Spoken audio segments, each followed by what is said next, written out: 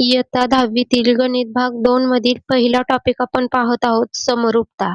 त्यातील प्रमाणाचे मूलभूत प्रमेय आपण पाहणार आहोत.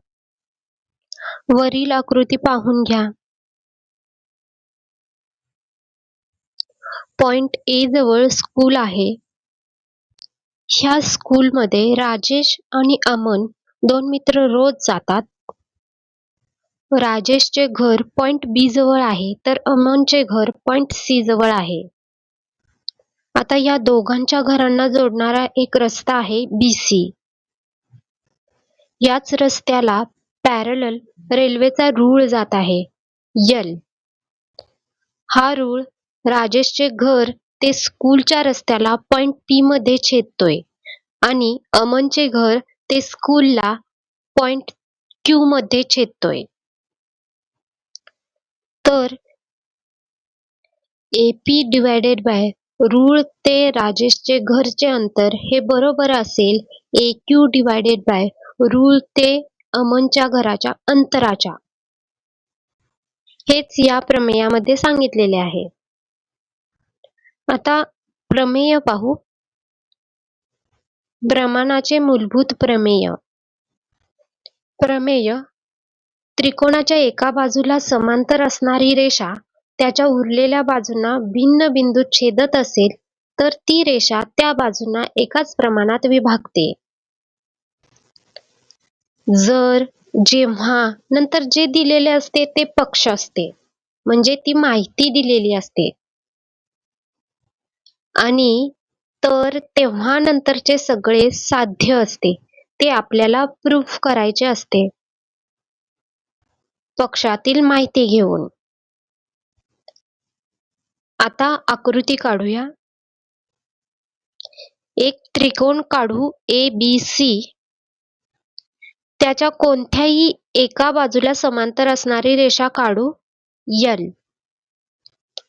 ही उरलेली पहिली बाजू AB ला पॉइंट P मध्ये तर दुसरी बाजू AC ला पॉइंट Q मध्ये छेदते. हेच झाले पक्ष.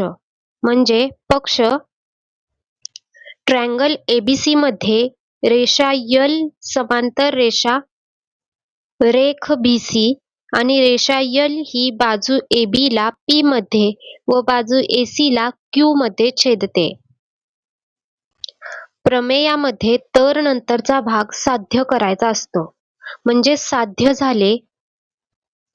ती रेषा म्हणजे L ही त्या बाजूंना AB आणि AC ला एकाच प्रमाणात विभागते. म्हणजे साध्य झाले AP divided by PB is equal to AQ divided by QC.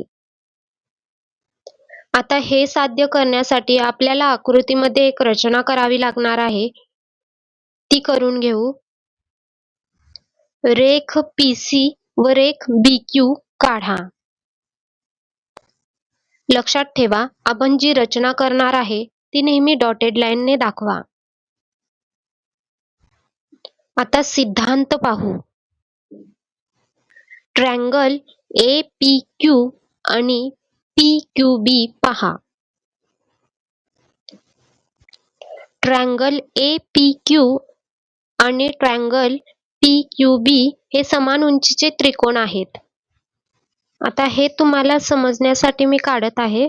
AB वर लंब टाकल्यानंतर QX ही त्या दोन्ही त्रिकोणांची उंची होईल.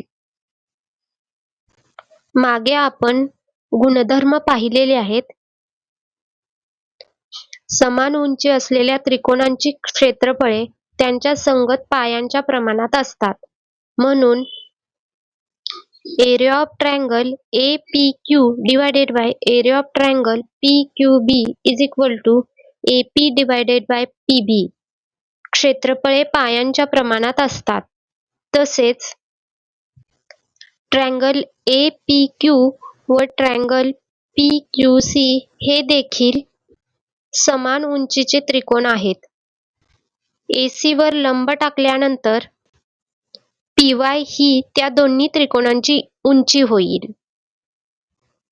म्हणून area of triangle APQ divided by area of triangle PQC is equal to AQ divided by QC, कारण क्षेत्रफळे पायांच्या प्रमाणात असतात. ह्याला इक्वेशन नंबर 2 देऊ. आता ट्रायंगल PQB आणि ट्रायंगल PQC पहा. ट्रायंगल PQB व ट्रायंगल PQC यांचा रेख PQ हा समान पाया आहे. रेख PQ पॅरलल रेख BC, म्हणून ट्रायंगल PQB व ट्रायंगल PQC यांची उंची समान आहे. ती आकृतीमध्ये दाखवत आहे BZ ने.